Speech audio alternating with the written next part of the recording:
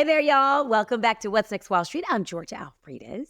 And I'm Dave Mathews, and this is a show where finance, tech, AI, and all that's hot in the market collide, and today's no different. Hey, you want to reach out? Shoot us an email at WNWshow@gmail.com or slide into our DMs on socials. What? Next? Yeah, at What's Next Wall Street. Slide into my DMs. Oh, and do not forget. People sliding into your they DMs? Slide into my what's DMs. teleprompter guy going to say? You won't like it. Listen, don't forget to catch all the fun on our YouTube channel. If you're watching right now, WNW Show, Dave is in the most beautiful place. It's gorgeous. It looks fake. I hear birds. Sonoma County in Healdsburg. There's wineries down the street, but I'm working. I ain't drinking. I see you in a t-shirt. Normally he's in a blazer and a t-shirt, but I see him chilling in a t-shirt. I came out here on Saturday morning, and I didn't think I'd be here through Wednesday when we record the show. So I didn't bring any blazers. Funny enough, when you're out in God's country, you don't need a blazer. This is how we roll out here. Exactly. So listen, you can watch this on YouTube. Look at Dave's beautiful scenery at WNW Show. You can hit that subscribe button, that bell, so you're in the loop for all of our new episodes, which drop every single Friday.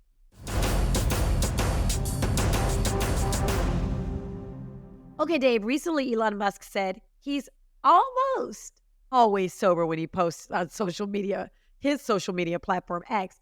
Musk says he takes a smidge, just a smidge of ketamine.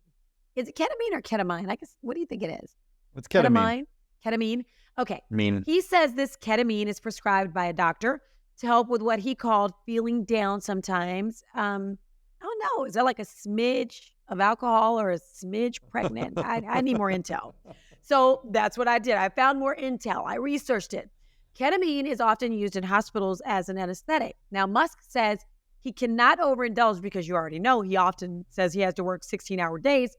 So I did a little more research on this ketamine, aka Special K.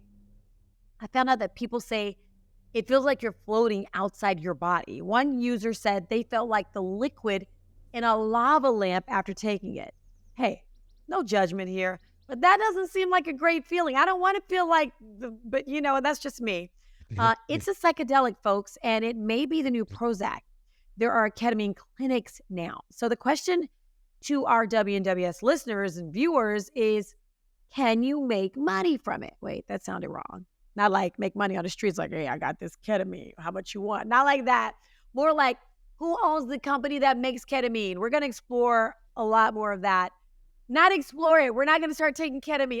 I'm falling all over the place here. We're going to explore more ways to make money with the companies that sell ketamine in Consumer Reports. My Lord. So, Georgia, we met in 96. We've been on air together since 97. Yes. And I've never seen you trip so much over a story.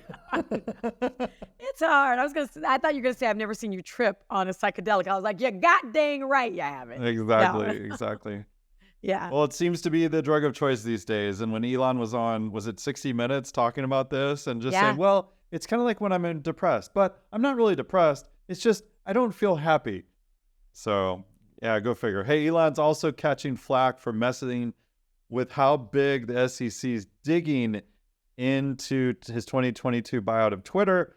The commission wants him to spill the beans in a sit-down, but Musk's doing everything he can to dodge it. How do you mess with the SEC? I mean, it's Elon Musk. If anybody can, it's him. That's true. Now, they just filed a new doc saying Musk's twisting things up, and it's his only shot at proving the SEC isn't after anything important. Okay. The SEC already sued Musk back in October to force him to talk about snagging the social media giant. Now, back then, think about it. All the billionaires were going after newspapers. So this is Musk's chance at going after news minus the paper, right? Yeah. And now there's some accounting rumors that say his massive revenue drop and devaluation of the $44 billion purchase was done intentionally to help with a paper loss to offset gains in other business units like SpaceX. What? I thought everything with corporations had to be, separated and isolated. Really? But maybe when you're Elon, you can do that new version of the reality distortion field. Now, Jobs did it with telling us we needed a piece of glass for our wrist or in our phone or on our laptop. But maybe Musk is doing a financial reality distortion field. I don't know. Maybe. But speaking of discounts, if you're thinking about buying a Tesla, you may want to do it sooner than later, as prices for the Model Y SUV, Tesla's most popular model, will cost about $1,000 more as of April 1st in the U.S. Wait, George, is that an April Fool's joke? I don't think so. Yeah, I guess not, because you're not supposed to tell the joke in advance, and we're recording this in late or mid-March. Yeah. Anyway, Tesla doesn't have annoying dealers and makes buying new cars as easy as downloading the Tesla app, configuring a vehicle, then entering your credit card. So just, go buy away. Yeah, buy away if you got it. Dave, I got to ask you a question. Okay, this is nostalgia here. Did your mom ever make your Halloween costume? Or like sweater, mittens, or a hat? Oh, yeah. Back then, it was like Snoopy or Charlie Brown, and she'd sew this stuff together. How about you? Yes. I was always Winnie the Pooh or, one of those people that my kids don't even know who he is. This is kind of sad to me. Joanne, the OG fabric and craft spot, is kind of hitting a rough patch. Get it? Patch? Because you can sew. And patch in the clothes. Yes. Okay. So Hillbilly patch? Yes. They're filing for bankruptcy after 8 decades in the game, but it's not all doom and gloom, so this is good. They're taking that Chapter 11 route and just snagged $132 million to tackle their debt. Plus, here's the good thing. All of their 850 stores and the website, they're going to keep doing their thing, so that's good. Apparently, Joanne got hit by folks tightening their purse strings post-pandemic boom. You remember when everybody was on that do-it-yourself kick, and so we were just out here like, oh, I'll make my own mask. I'll make this, I'll make that. But now, with inflation kicking in, people just aren't splurging on crafts and do-it-yourself stuff, I guess. Yeah, well, that pendulum swings, Georgia. Just look at Home Depot, Lowe's, and other stores where people spent money to build out their man caves or their backyards. Yeah. Now people want to go on vacations and experiences outside of the home. That's right. Hey, George, have you ever heard about money dysmorphia? Heard of body dysmorphia, but not money dysmorphia. What's that? Well, this is when you feel like your finances are way worse than they actually are. And nearly a third of Americans deal with it. I know. Really? I know I deal with it. Oh, yeah. Social media is a big culprit for this, making 1 in 4 people unhappy about their money. And it's hitting younger people even harder. Almost half of Gen Z millennials are feeling financially behind. But there's hope. Experts suggest that cutting down on social media and removing stored payment details online. That part, because it's so easy. So easy. That's what's One wrong click. with me. Yes, I don't need money dysmorphia. Mine is real. I know I'm broke. So it's not dysmorphia for me. So what the experts are trying to say is create a purchase hurdle, something that you can think twice before splurging on that impulse buy. I have this problem too. I just buy another old Porsche. I get that same feeling of dysmorphia, but I can offset that with the smell of old car and the adrenaline rush behind the wheel. Yeah. Plus I get the added benefit of busted knuckles and grease under my fingernails when I'm working on them. I got a good busted knuckle here from working on those cars. So I get it. Yes, my dysmorphia. But at least with a Porsche, it's an investment that you can enjoy. The old ones, not the new ones. The new ones are depreciating assets. Don't do that. Don't do that. The new ones are all right. Today's pro tip is brought to you by optionsplayers.com. Choosing the right broker is crucial for trading success. Focus on the 3 F's. That's fees, features, and functionality, not those things we got in high school. Watch fees. Understand all costs from commissions to hidden charges. Check features. Ensure the platform has what you need for your trading style. Functionality matters. Reliable support and a stable platform are essential. So choose a broker that fits your needs now and adapts to your growth. Test platforms with a demo account and stay updated on changes to ensure the best fit for your trading journey. Now it's your turn to shine. Drop us a line on socials at What's Next Wall Street. Comment on our YouTube videos. If you're watching, that's that little space below. And drop a good old email. You can hit us up, WNWshow@gmail.com, which incidentally is the same name as our YouTube channel. The first email comes from Mike in Baton Rouge, who I just drove a Porsche through on the way back. There you go with your Porsches. You see that? You know what? It's a problem. Georgia, it was so much fun. I dropped into Mardi Gras right in the middle of a parade, got up the next morning at 7 a.m. Don't ask me how. and then met with a mechanic, liked the car, drove to the bank, wired the money, and then drove that thing 700 miles to Dallas, Texas. Living the life of Riley. Must be nice. That's right. So Mike in Baton Rouge asks, when does Greg think VIX will come back into play? What's he looking for and expecting? And VIX, what is that? It's a volatility index, the VIX index. Sure. All right, Greg, drop the story on VIX. Hey, Mike, do I think VIX will come back into play? First off, are you trading VIX for income, or are you using it as a hedge or something like that? If you're trading VIX to get income, props to you if you're actually making money. I used to have a strategy to try to play VIX, but then I kind of used it to my advantage instead of options to use VIX. But then it's just too much to worry about. So I just stick to my short calls and protected puts and stuff. But yeah, I like, if you look at the bottom of VIX, I used to have a strategy. Anytime VIX got below 12, I'll just buy it and just keep buying it. I might lose, but sooner or later it would just rip, and it worked great. But the problem is when other people are looking at that and they're doing it, they don't have the capital that I have. And then, they would have to wait and they would lose, and they never get the big win. So I kind of try to stay away from those now at my age when I'm retired. But yeah, I mean, it's around 13 right now. Below 13 could be a good jump. I think VIX is a really good chart to use trend lines on. All right. Go back to being a childhood, connect the dots at the bottom and see where it's going. Buy it there. And if it goes below that, get out.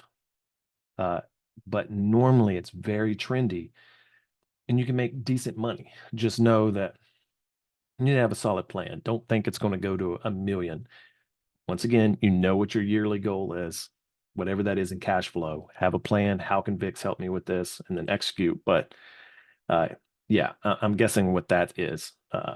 I normally say maybe I'd have to look at the chart. I think it's like 13 almost, right? So, see a 13 to 15 boost and then get out. How do you play that?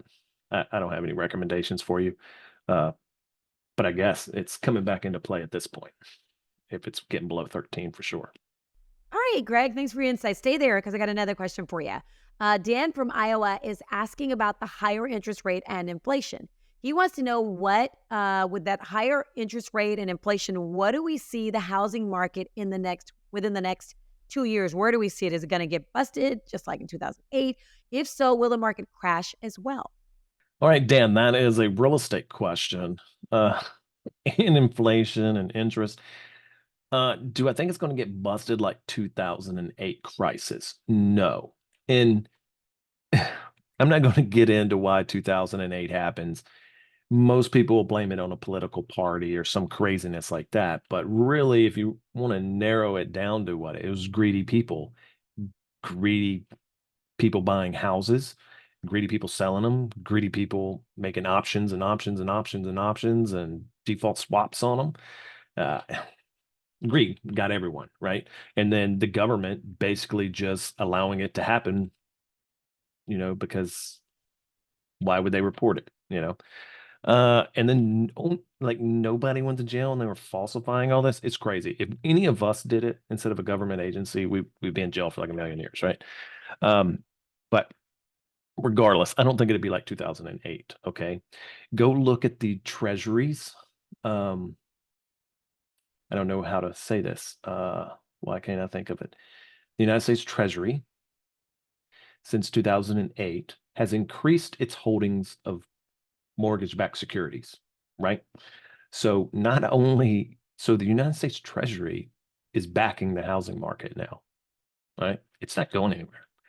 If you wonder why, and all these businesses back in when it was like a 0% interest and you just saw just huge investment companies come in and just buy everything up, they got all that. So there you go. I don't think it's going to go busted.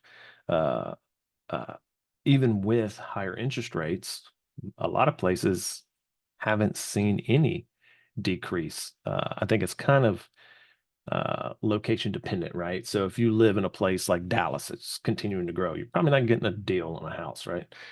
You live out where I am, some houses were selling like crazy, right? But even there was a house in my neighborhood that went, and I was like, what did they sell that for? And I was just flabbergasted at how much it sold for. So I guess it's not going away. But yeah, so I don't think you're bad. I think I'm a firm believer in higher interest rates, just a common sense, right? I'm not going to loan someone any money. I'm not going to loan someone $1,000 and only ask for like $20 at the end of the year. And low interest rates don't help the average person. Okay. They just don't. You're not getting the interest rates. You're not getting any help from that. Whoop-de-doo, you save $400 or $500 on your mortgage. But now all the rich and all the super rich and all the and major companies are basically, they're the ones that can get that deal, and they can sell bonds at that rate. And then they just basically transfer all the wealth you make into their companies, and then they shut your all small businesses down. So I'm not a fan of low interest rates, right? Because you're not getting it. I promise you, you're not getting this. Most of y'all, I don't know you, are not going to get the rate that I'm going to get from my bank, right? It's just not going to happen. You probably don't have the assets to back it up and everything else. They're going to give me a crazy good rate even now, but you're not. Most people don't get that, right? So market crash, I don't. It's crazy. Everything is to stop the market from crashing. Every law, every regulation. We have so much of pensions and stuff buried in that federal government.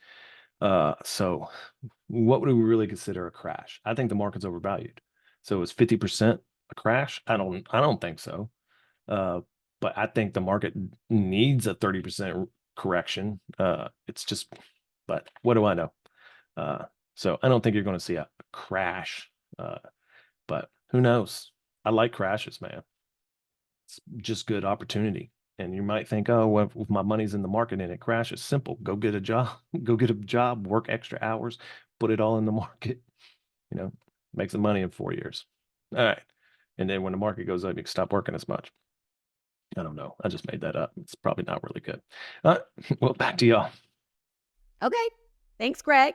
You got a burning question. Greg probably has the answers. Email him at greg@optionsplayers.com. And of course, hit us up at WNWshow@gmail.com, or you can hit us up on the socials. Same name. What's Next Wall Street? Hit us up. All right, everybody. Just like blockchain 2 years ago, AI news just doesn't slow down. This one comes from Microsoft, who, despite their some $13 billion investment in OpenAI, well, they've hired DeepMind co-founder Mustafa Suleyman, who Google bought back in 2010 with his company DeepMind for somewhere between $400 and $650 million. Now, he left Google in 2019 to be a VC with Greylock.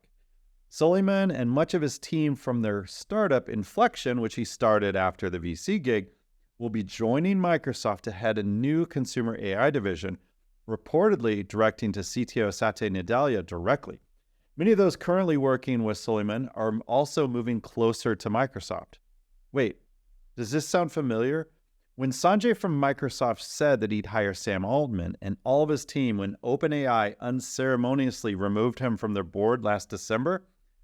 So Inflection will continue as an independent company, but shelve its Pi chatbot, which was designed to be an empathetic companion to users, and instead focus on selling AI solutions to business customers. Now, look, this just proves how chatbots are losing their luster around consumers. Last year in March, OpenAI had the hottest tech with ChatGPT, and it very quickly fell off. Brands like Microsoft and Google are looking for utility around AI, which was evident in the NVIDIA announcements that I talked about on last week's show. So if you didn't catch that, click on last week's episode in your podcast player, or better yet, watch it at WNW Show on YouTube. Okay, so the weird part about Microsoft and NVIDIA is that they had previously invested in Inflection, which had raised $1.3 billion in a venture capital round in June that valued the company at a reported $4 billion valuation. Can you imagine, Georgia, these values for companies that don't really produce a product? And if they do, it's just an app? Just blows my mind. It's confusing. when Apple bought Siri back when the iPhone 4 was the top device, they only paid like $200 million for that group. Pretty good deal. So Inflection reported that Pi had 1 million active daily users, which, you know what, with apps, a lot of times these guys flub those numbers. But Suleiman told Bloomberg that the company had not found a good business model for the chatbot. Do you think? Look, they were a year late to the party, and consumers, they don't really care anymore. Now, Suleiman said in his new role at Microsoft, he'll be in charge of building compelling consumer products on top of underlying AI models, including those that both Microsoft builds in-house and ones it receives through its partnership with OpenAI. So even Bill Gates made fun of Clippy recently, the helpful assistant that used to pop into apps like Word and PowerPoint. Hold on, did I say helpful? Clippy was not helpful. And when Gilbert Gottfried did the voice of Clippy, you got to watch these videos on YouTube. So it looks like you're writing a letter. Now, Clippy is as needed to office users as Staples are and coffee. Wait, hold on. Staples. Wait. Come on, Do man. office machines have copiers and printers anymore? Maybe they don't need Staples. Oh, I guess, we talked about Joann Fabrics keeping their stores open. Well, Staples and Office Depot announced this year that they're shutting down their retail stores. So yeah. I guess there's your answer. All right, on the other side of the platform wars, Apple's in talks with Google to license their Gemini AI models. That's according to another Bloomberg story that cited unnamed sources familiar with the negotiations that have been blasted all over the tech news outlets.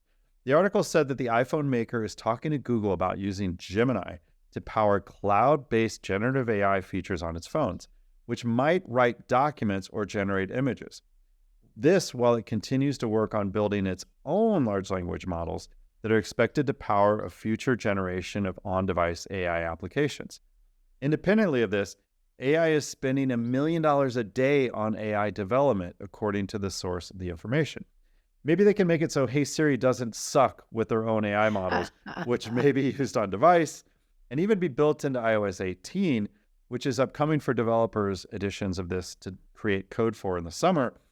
And then they'll lead the cloud and search AI to Google, for which they're already providing Apple search data today. Now, this is going to be a win for both because Google needs a quick way to bring its AI smarts to billions of devices, and iPhones are the de facto standard for the developed world. Now, Georgia and everybody else, you can test Google's new AI models for your phone. Just go to the App Store, download the Google app. That's just what it's called, Google. Okay. Then within that, you can type stuff in or use your voice, and that's using Gemini, their new stuff. So on the browser, you can go to this too. Just go to gemini.google.com, and it's Gemini if you want to go there. But think about it. With Apple's whole what happens in the iPhone stays in the iPhone, which isn't that weirdly the same tagline for Vegas? So that means bad things happen, crazy things happen in there? Potentially. Look, they're already getting us set up for the AI demise and AI failure. So AI on the phone really needs a boost for on-device intelligence. Now, I'm not going to renew my Apple Music subscription, first because they got rid of the $5 a month voice-only plan, and I have speakers all over my house, so my hands are busy. I'm building something. I just want to tell the robots what to play. But they got rid of that plan.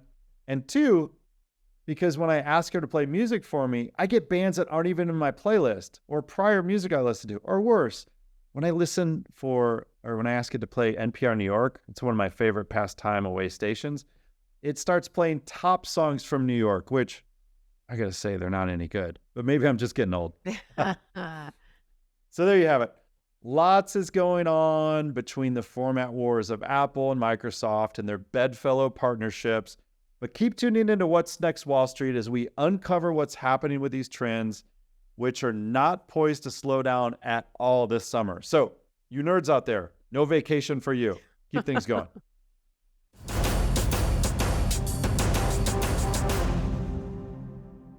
All right, Dave, let's talk about psychedelics, man. Actually, let's talk about profiting from the growing trend of psychedelic-based therapy. It's everywhere. America's riding this high on ketamine wave. Everybody was talking about mushrooms. Maybe Elon was right when he talked about his use of the drug earlier. It's known for a quick mood boost and trippy vibes and used to be just like a party seat thing for clubbers, students. But lately, it's been making serious waves in therapy too. Legal ketamine therapy has been like a game changer for thousands, with ketamine clinics popping up all over big cities like New York, of course, Manhattan, where there are like 12. But just like any booming biz, the ketamine scene's got its hurdles. Now, one of the big clinic chains recently tanked, another's barely hanging on, and others are sweating bullets. Turns out they probably grew too much for their own good. With a projected $3 billion industry on the horizon, everybody wanted a piece. But with millions poured in by investors, some of these clinics are now struggling to keep up. Tough times in psychedelic paradise, right? So here's the thing. Big shots in academia are, and deep pockets are throwing cash, just throwing it into researching their healing powers. The FDA might even greenlight MDMA. You know what MDMA is? Ecstasy. It had its first introduction in the club, like 50 Cent, in Dallas 40 years ago. I did not know it was Dallas. I did not know it was Dallas. Wow. At the Stark Club, Philip Stark's design club. The front door at the And Stark. it was legal back then, too. Well, they may clear it for treating a PTSD soon, and it sounds promising, but Wall Street and Big Pharma aren't totally sold yet. They're iffy about the financial side, especially when it comes to patients. Unlike new lab-made drugs, psychedelics like LSD and shrooms have been around forever, making patenting a touchy subject. It's already been here. Companies are patenting stuff like drug formulations and even the vibe of a therapy room, but there's still a lot of debate about what can actually be protected. So, Greg, should we be investing in big pharma companies that are investing in ketamine? I mean, we talked about investing in big pharma behind Wegovy, Ozempic, semaglutide, and other weight loss shots back in 2022. And look at it now. It's a booming business. It's going straight up. So I want to know, should we be looking at these big pharmas that are behind some of these psychedelics? Some of these, I was going to say new psychedelics, but really they're old psychedelics. What do you think, Greg? Should we be investing in pharmaceutical companies that are investing in ketamine? I expect the pharmaceutical companies will get ketamine and then put something really stupid in it and then charge us $5 million for it or something. I mean, ketamine is extremely cheap. I don't want to tell you how much it is because I don't know off the top of my head, but I think ketamine was a fairly cheap drug. But I promise you, if people start using it crazy, then you're going to get all these pharmaceutical companies are going to get ketamine, mix it with, I don't know, a placebo that doesn't even do anything, sugar, call it some cool name like, K-Max 2 or something, and then sell it to you for like $5,000. I don't know. Right. Yeah. So pharmaceuticals are going to get behind it. Now, PTSD and ketamine. I mean, the United States government thinks I'm 75% crazy. Okay. So that's my rating for PTSD, but I would I don't get the ketamine thing, but who knows? Maybe I should try some ketamine. But I'm trying to think about how it's such a cheap drug. Especially globally. I mean, in the United States, we make everything expensive, right? But elsewhere, it would just be so cheap to get. And then, if you're going to have the DOD and things like that, treating PTSD with ketamine, it could increase it dramatically. I, it's just so hard to try to pinpoint an investment like that. So I would just try to stay, invest in the sector if you want to. Like I said, war and drugs is what our country is built on. If we're not at war, then we're just we're just making money in drugs. I mean, I have no idea, right? That's just how it feels, war. So you're going to get one of them. So hopefully pharmaceuticals start making money instead of defense contractors then, right? So that's about it. I would have to look into some of these. That question caught me off guard. I didn't really know there was ketamine clinics. I mean, what do they call it? is was Special K or something, right? That was the old. Well, I don't know the street name for it, but I remember it was you know, back in the day, it was like, want some Special K, and then my wife's nickname. I was like, oh, Special K, because her name is Kira, so I was so I used to call her Special K. So that's we'll see. I don't know, man. I don't know if Special K is the same thing as ketamine either. So I'm not a druggie or anything like that. So I wouldn't know, but who knows? We'll see. I'd have to actually look it up to actually find out what it is. But like I said, it's pharmaceuticals. They're going to make their money off of it. Okay. But do I think ketamine will outpace something for like weight loss? Absolutely not. Nope. Nope. Not in this country. Weight loss is always going to be at the top of it. I mean, you can look at even decades ago, people were basically taking meth for weight loss. It's always going to be a great way to do it. So, like I said, get her done, and everybody's getting lazy, right? And even more, I'm lazy. I've gained a lot of weight since I retired, so I need some medicine, so I don't have to do much, right? But yeah, so I don't know exactly who to invest in that. I don't know who's producing ketamine, but always have something for pharmaceutical if that's where you want to go, and it's a fun one to follow, but it is risky, right? But have fun.